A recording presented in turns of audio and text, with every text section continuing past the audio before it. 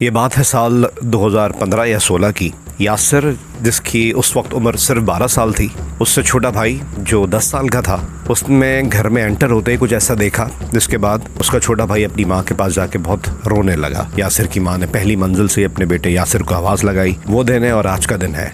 आज तक उसके बारे में घर में खुलकर बात नहीं हो सकी। इस वाक़े की मज़ीद तफसील मैं आपके सामने रखता हूँ, लेकिन उससे पहले यासिर और उसकी फैमिली के बारे में थोड़ा सा मैं आपको पस मंज़र बता दूँ। यासिर, जिसका ईयर ऑफ बर्थ 2002 है, बहन भाइयों में सबसे बड़ा, इससे 2 साल छोटा एक भाई, फिर 5 साल छोटी एक बहन, और फिर 12-13 साल के फ़र्क से चौथी बहन। ये फैमिली है लाहौर के एक पुराने इलाके, तारीख़ी इलाके भगवानपुरा की। ये घर, जिसके दरो दीवार बताते हैं कि कम से कम 50-60 साल पुराना ये घर है। एक जॉइंट फैमिली यहाँ पर रहा करती थी। इसमें यासिर के चचा, ताया, यासिर के एक ज़माने में दादा, दादी, जॉइंट फैमिली से भरा और मोहब्बतों से भरपूर ये घर हुआ करता था। जब दादा का इनका इंतकाल हुआ तो चचा, ताया दूसरी सोसाइटीज़ में मूव कर गए। यासिर के वालिद, जो एक प्राइवेट फर्म में जॉब किया करते थे, वो इस मोहल्ले को छोड़ नहीं सके। इस बड़े से घर में सिर्फ यासिर की फैमिली रह गई, यानी कि यासिर के माँ बाप, यासिर और इसके 3 मज़ीद बहन भाई। यासिर के वालिद और वालदा दोनों की ख्वाहिश ये थी कि तमाम बच्चों को हम पढ़ाई में इन्वेस्ट करके इनके मुस्तकबिल को बेहतर बनाएं। तो एक अच्छे प्राइवेट स्कूल में इनका एडमिशन करा दिया गया। उस तरह का अच्छा स्कूल नहीं जिस तरह का मयार हमारे यहाँ समझा जाता है कि जी 1-2 लाख रुपए वाली फ़ीस है। एक नॉर्मल प्राइवेट स्कूल, वहाँ पर इनका एडमिशन करवाया गया। यासिर के वालिद इनको स्कूल छोड़ा करते थे और उसके बाद दफ्तर चले जाया करते थे। यासिर की उम्र जब 9 या 10 साल थी, यानी क्लास 3 या 4 में होगा, तो यासिर कह रहा है, हमें बताया गया कि जी आपका स्कूल चेंज कर रहे हैं।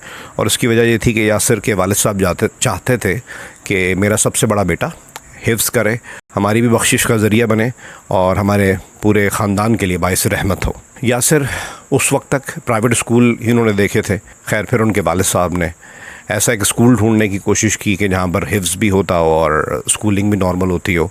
उनको एक स्कूल की चेन का किसी ने बताया कि ये तकरीबन तमाम शहरों में ही है और लाहौर में भी है, आप यहाँ पर जाके देखें, आपको अच्छा लगेगा।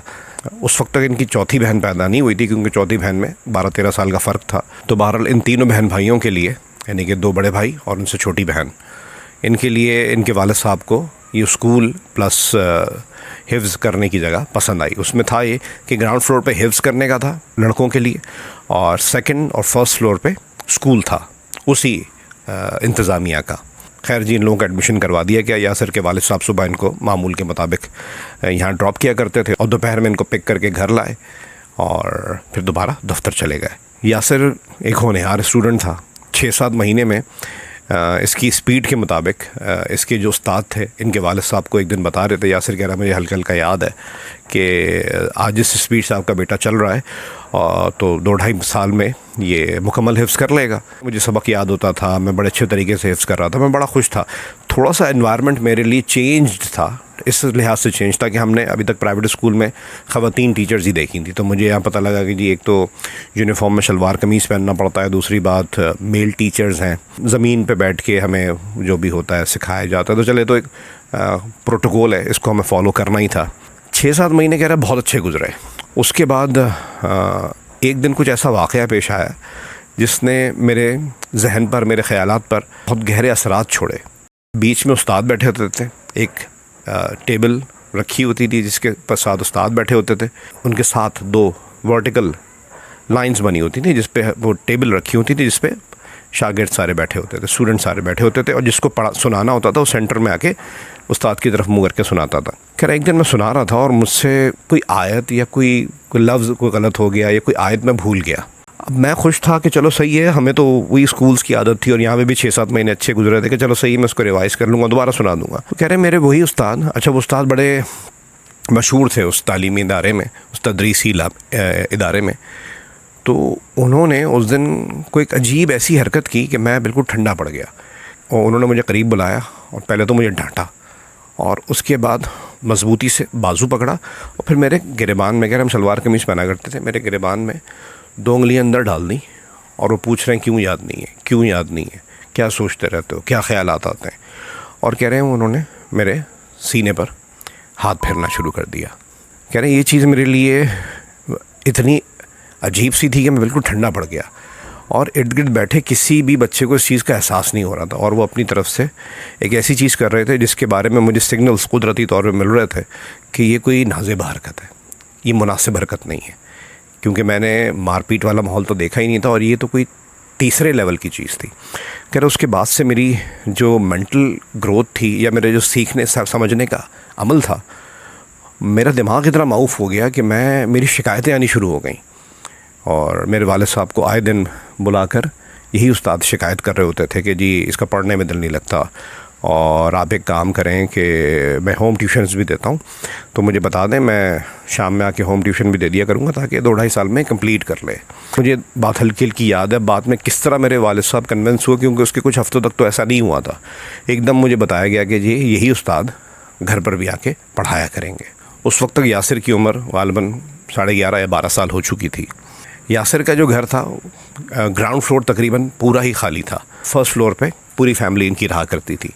यासिर कहता है कि इन्होंने फिर ऐसा हुआ कि रात में 9-10 बजे ये मेरे घर भी आ जाया करते थे, मुझे पढ़ाया करते थे, मैं अकेला ही पढ़ता था। सुबह जब मैं स्कूल जाता था तो भी मुझे यही उस्ताद नज़र आता था, और उनको देख के मुझे अजीब सा खौफ आना शुरू हो गया था। उन्हीं दिनों में यासिर की वालदा चौथी बार प्रेग्नेंट हुई।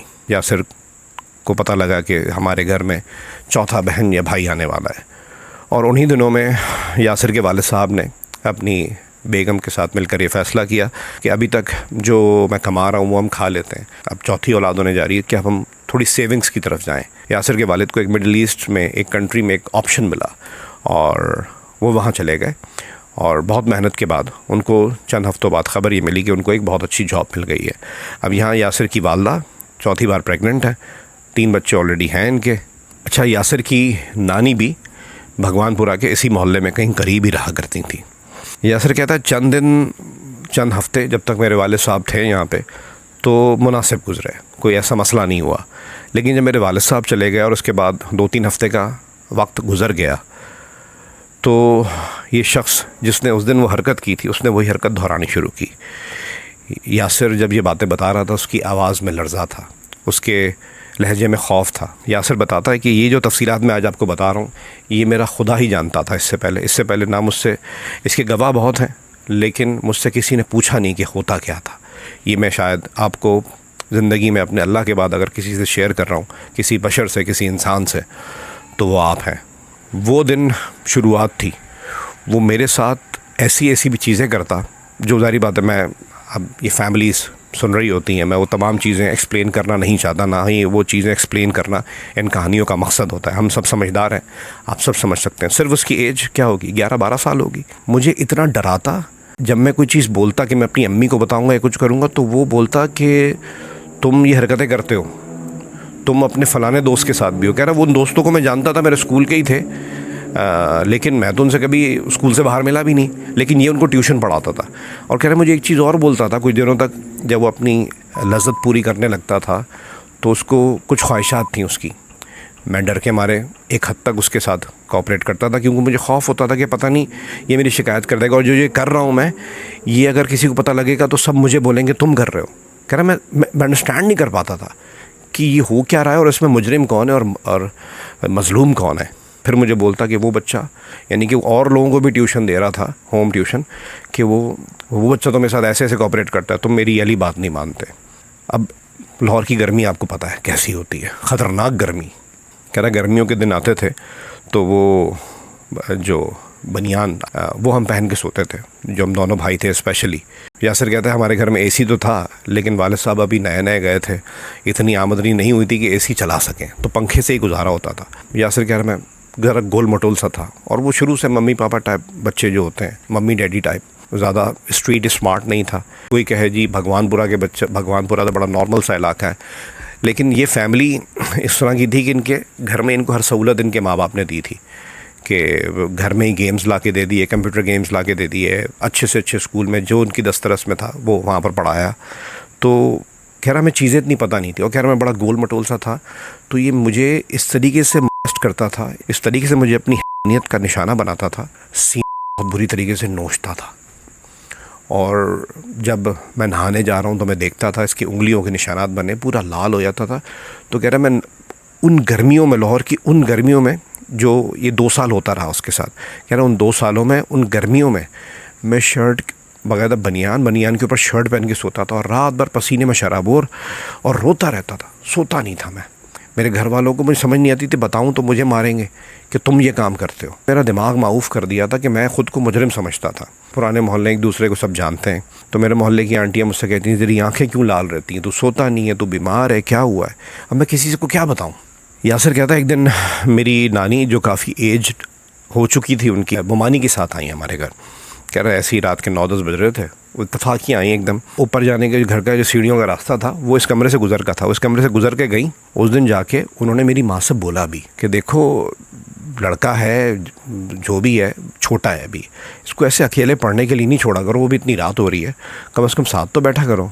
कह रहा है उन्होंने बात को इग्नोर कर दिया, मेरी वालदा ने ना मोमानी की बात को उन्होंने ऐसे ही बोला कि नहीं सही है, मर्द बच्चा है और ये और वो ना, ऐसा कुछ नहीं होता, आप ये और वो वहम कर रही हैं। यासिर कहता है मैं इस बात को आज सोचता हूँ ना तो मुझे एक बहुत बड़ा फ्लॉ नज़र आता है हमारी नज़रियात में, हमारे असूलों में, हमारी एहतियात में। क्या सिर्फ छोटी बच्चियों, बहुत बड़ा जुल्म हो रहा है, आए दिन के केसेस हैं, कोई उम्र सोच ही नहीं सकता, छोटी से छोटी उम्र हैवानियत की जो इंतहा है उससे आगे की चीज़ें हो रही हैं। लेकिन लड़कों को ना इस मुतालिक ट्रेन किया जाता है, ना लड़कों की सुनी जाती है, ना लड़कों को इस नज़रिए से समझाया जाता है, ना उनको प्रोटेक्ट किया जाता है। तो कह रहा है मुझे अपनी माँ का जवाब सुन के, मुझे एक पहले तो मोमानी की बात सुन के उम्मीद हुई थी कि शायद मेरी माँ बैठना शुरू हो जाए, शायद कोई मॉनिटरिंग शुरू हो जाए और मैं बच जाऊँ। कह रहा लेकिन नहीं, मेरे साथ जुल्म होता रहा क्योंकि मेरी माँ ने मेरी मोमानी की बात को इग्नोर किया कि नहीं मर्द बच्चा क्या हो गया। यानी कि लड़कों के साथ हम सोच लेते हैं जिस एज का भी हो कि उसके साथ तो कुछ हो ही नहीं सकता। यासिर बताता है कभी कभी इन उस्ताद की कॉल आया करती थी कि बेगम होती थी, क्योंकि काफ़ी लेट बैठे रहते थे, सबक याद नहीं है, मुझे प्रेशराइज़ करते थे और वही अपनी लज्जत, अपनी ज़रूरियात पूरी करते थे मुझे प्रेशराइज़ करके। 12 बज जाते थे बैठे हुए। कह रहे मेरे ऊपर जाता था जब मैं सबक ख़त्म होने के बाद, तो मेरे घर वाले सो चुके होते थे और मैं अकेले जाके जी अपना कपड़े वपड़े चेंज करके सो गया और अपने आप से नफ़रत हो रही थी। कह रहा है इसकी बेगम की कभी कभी कॉल आती थी, आज मुझे वो टोन समझ में आती है कि कभी ये फ़ोन उठाता था, ज़्यादा लेट हो जाता था ना तो मुझे फ़ोन पकड़ा देता था, और वो जिस टोन में बात करती थी तो मुझे आज अंदाज़ा होता है कि इसकी बेगम को भी शायद ये बात पता थी कि मेरी उससे बात कराओ, वो कहाँ है, तो ये बोल देता था कि भाई वॉशरूम में है, भी बाद में कॉल करना। तो शायद उसको भी थोड़ा बहुत अंदाज़ा था। यासिर कहता है इसकी अपनी एक बेटी थी मेरी उम्र की, उस वक्त मैं सोचता था और अब भी मुझे ख्याल आता है, तो क्या ऐसा शख्स अपने बच्चों को छोड़ देता होगा या ये दूसरों के बच्चों के लिए होता है। बहरहाल दिन गुजर रहे थे, 2 साल तकरीबन ये काम होता रहा और फाइनली वो दिन आया कि जब यासिर का ये मामला पूरे घर के सामने आ गया, जिसका मैंने शुरू में जिक्र किया था। तो ये बात है 2015 की, यानी कि 2012 या 13 में ये बात शुरू हुई थी और 2015 तक। हाँ, एक चीज़ और बताना बीच में भूल गया, कह रहे हैं जब 2 साल तक वो होम ट्यूशन भी देते रहे और उसका हिफ्ज़ कंप्लीट नहीं होके दे रहा था, तो वो तो दूसरे काम कर रहा होता था, तो वो अक्सर कह रहा है मेरी माँ को बुला के नीचे मेरी शिकायत लगाता था कि ये पढ़ने में वीक है। तो मेरी माँ कहती थी आप मारें या कुछ भी करें, इतने साल हो गए इसको हिफ्ज़ कंप्लीट कराएं, शुरू तो बहुत अच्छा हुआ था, आप तो कह रहे थे 2.5 साल में कंप्लीट हो जाएगा, तो हमने होम ट्यूशन भी लगा ली और अभी इतने साल हो गए कंप्लीट नहीं हुआ। तो कह रहा मैं हैरान होता था कितने सपाट चेहरा बना के ये मेरी शिकायत लगा रहा होता और मेरे सामने, और थोड़ी देर पहले क्या हो रहा होता था। यासिर ने बताया कि एक दिन जो उससे 2 साल छोटा भाई था, शाम में खेलने गया था और काफ़ी लेट हो गया था। कह रहा मुझे भी नहीं पता वो किस तरीके से घर आया, चुपके से उसने कुंडी खोली होगी और सोचा होगा चुपके से जाके अब्बा तो है नहीं, अम्मा जाग रही होंगी तो सही है, वरना मैं किसी कोने में जाके किसी एक्टिविटी में मसरूफ़ हो जाऊंगा कि अम्मा को पता ना लगे, या सो जाऊंगा।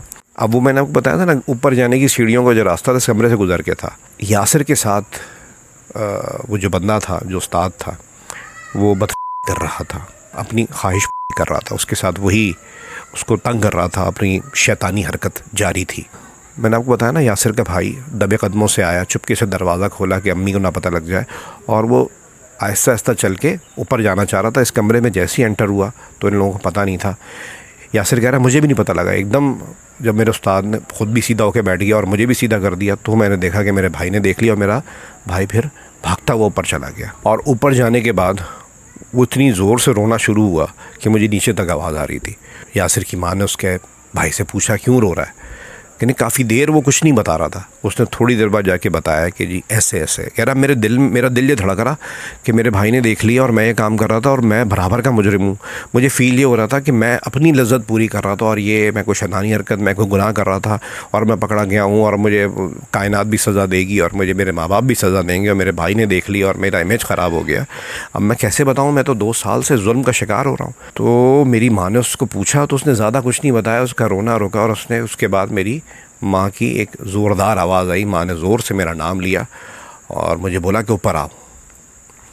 कह रहा मैं ऊपर गया डरते डरते, तो मेरी माँ ने बोला नीचे जाके बोलो कि बस आपका सबक ख़त्म और जो भी है आप घर जाएं। यासिर कह रहा है मैं नीचे गया और बोलकर ऊपर आ गया और वो चले गए। यासिर का ना भाई उससे कोई बात कर रहा था, ना यासिर की माँ ने कोई मज़ीद बात की। अगले दिन यासिर कह रहा है मैं तो रात भर सो नहीं पाया था और मैं पसीने में शराबोर लेटा हुआ था कि मेरे कानों में आवाज़ पड़ी कि मेरे वालिद से मेरी माँ मेरे छोटे भाई की बात करवा रही है। उसको असल में उसका हौसला बढ़ा रही थी, पूछना चाह रही थी कि हुआ क्या, वो बता नहीं रहा था। तो वालिद से बात कराई, उसको थोड़ा रिलैक्स किया और फिर पूछा तो उसने पूरी बात बताई और कह रहा मैं बिल्कुल सोया पड़ा रहा। मेरी हिम्मत ही नहीं थी कि मैं उठ के बोलूँ कि माँ ये हुआ था, क्योंकि मुझे लग रहा था मैं कुछ बोलूँगा मैं पिटूँगा। मुझे ऐसा लग रहा था मैं, आप समझ रहे हैं ना, कि उसको लग रहा था मैं इस गेम का हिस्सा हूँ और मेरा दिमाग वैसे ही उस उस्ताद ने बना दिया था और अब मैं अगर उठ के बोला तो मेरी माँ बोलेगी तू शैतान है, तेरी हरकतें थी। तो मैं बिल्कुल पसीने में शराबोर लेटा रहा, उठा ही नहीं। मैं कह रहा मैं ना कभी कभी खाना नहीं खाता था, नाश्ता नहीं करता था, मेरा सोता नहीं था, मेरी हालत अजीब हो गई थी। तो बहरहाल अब शाम का वक्त हुआ, मैं ये सोच रहा था कि उस्ताद को पता है, देख लिया है जी मुझे, और इसकी माँ ने इस तरह ज़ोर से आवाज़ दे के बुलाया है और मना कर दिया है कि जी आप जाएं, तो ये शायद अगले दिन नहीं आएगा। लेकिन उसकी दीदा दिलेरी देखें, उसको अपने नेटवर्क, अपने जाल की बुनद का, उसकी मजबूती का अंदाज़ा कितना था कि अगले दिन वो फिर आया और कह रहा है मुझे तो पता नहीं था, मैं बच्चा, मैं 12-13 साल का, मैं उठ के भाई नीचे आ गया कि जी सबक पढ़ना है। तो मेरी माँ पीछे पीछे आ गई। चम्माश की भी बता दूँ, 6-7वें महीने की हामला भी थी। माँ पीछे पीछे आ गई और माँ ने नीचे आके कन्फ्रंट किया, पूरी बात बोली कि ऐसे ऐसे मेरे बेटे ने बताया है, छोटे बेटे ने। कह रही मुझसे कुछ नहीं पूछा था मेरी माँ ने। तो कह रहा है वो शख्स मासूम चेहरा बना के, नज़रें नीचे करके और आंसू उसके टिप टिप गिरना शुरू हो गया और मैं हैरान कि वो रोते हुए अंदाज में कह रहा है आप मुझ पे इल्ज़ाम लगा रही हैं और ये बहुत बड़ा इल्ज़ाम है, आपने कैसे लगा दिया, मैं इतना शरीफ इंसान हूँ। कह रहा मेरे औसान ख़ता कि ये मेरे साथ क्या करता है और ये आंसू कैसे निकाल पा रहा है, ये ऐसा ड्रामा कैसे कर पा रहा है। कह रहा मेरी माँ ने एक हद तक कन्फ्रंट किया, उसने बोला कि आप आइंदा यहाँ पर नहीं आएंगे। बहरहाल वो उस दिन चला गया वहाँ से और उसके बाद उस तदरीसी इदारे से, उस तालीमी इदारे से इन दोनों भाइयों को उठा लिया गया और फिर एक प्राइवेट स्कूल में डाल दिया गया।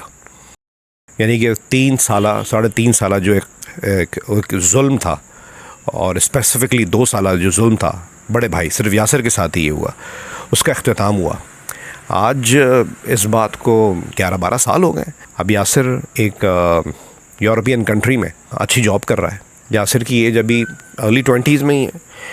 यासिर ने बोला मैं आपकी कहानियाँ सुनकर आप तक पहुँचा हूँ और मेरा दिल जानता, मैंने अपने ज़मीर या अपने खालिक के अलावा, अपने अल्लाह के अलावा अगर किसी से बात ये शेयर की है तो सिर्फ़ आपसे की है।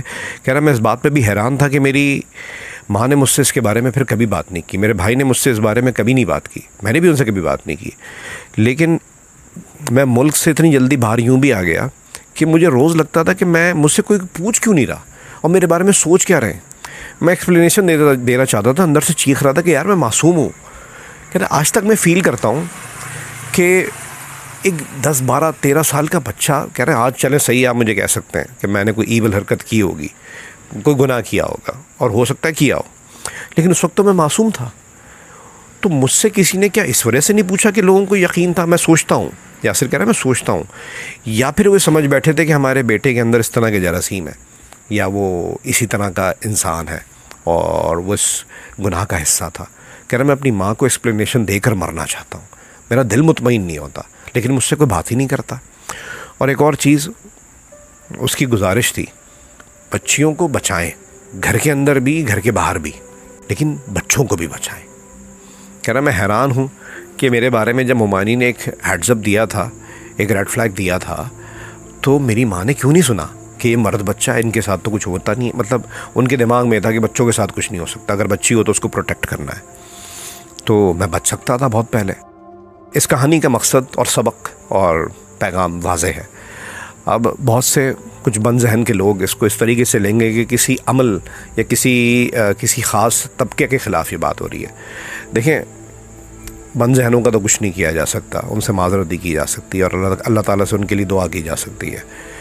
मैं आपको बताऊं, 2006 या 7 की ख़बर, एक शख्स, एक पाकिस्तान के एक बड़े शहर में एक शख्स पकड़ा गया। वो करता क्या था कि पुलिस वालों को बहुत करीब से गोली मार के निशाना बनाता था। और जब तहकीक हुई, चीज़ें पता लगीं, तो पता ही लगा कि उसके भाई को, छोटे भाई को, किसी ज़माने में पुलिस वाले उठा के ले गए थे। उनको गिनती पूरी करनी होती थी उस ज़माने में। उसके छोटे भाई को किसी वजह से एक रात रहना पड़ा हवालात में, और कोई इसी मिजाज का कोई होगा, पुलिस का एहलकार, कोई भी शख्स, उसने उसको इस बर्बरियत का निशाना बनाया। अगले दिन उसके बड़ा भाई उसको छुड़ा कर ले गया, ज़मानत दी या जो भी किया। लेकिन बहुत दिनों बाद उसके भाई ने उसको ये बताया ना, तो उसके बड़े भाई को नफ़रत हो गई पुलिस वालों से, और उसने पुलिस वालों को एक एक करके निशाना बनाना शुरू कर दिया। और वो फिर पकड़ा गया, और उसका पता ही लगा कि वो हरकत क्यों करता था, कि उसका बैकग्राउंड ये था। अब अगर मैं वो वाक़या बताऊं तो लोग कहेंगे जी यार पुलिस वालों के ख़िलाफ़ है। इस वाक़े का बताने का मकसद भी ये नहीं कि मैं किसी स्पेसिफ़िक तबके के ख़िलाफ़ हूँ। हमें अपने बच्चों का ख्याल रखना है, जिसमें बच्चियाँ भी शामिल हैं और लड़के भी शामिल हैं। इसका सिर्फ वाहिद मकसद यही है।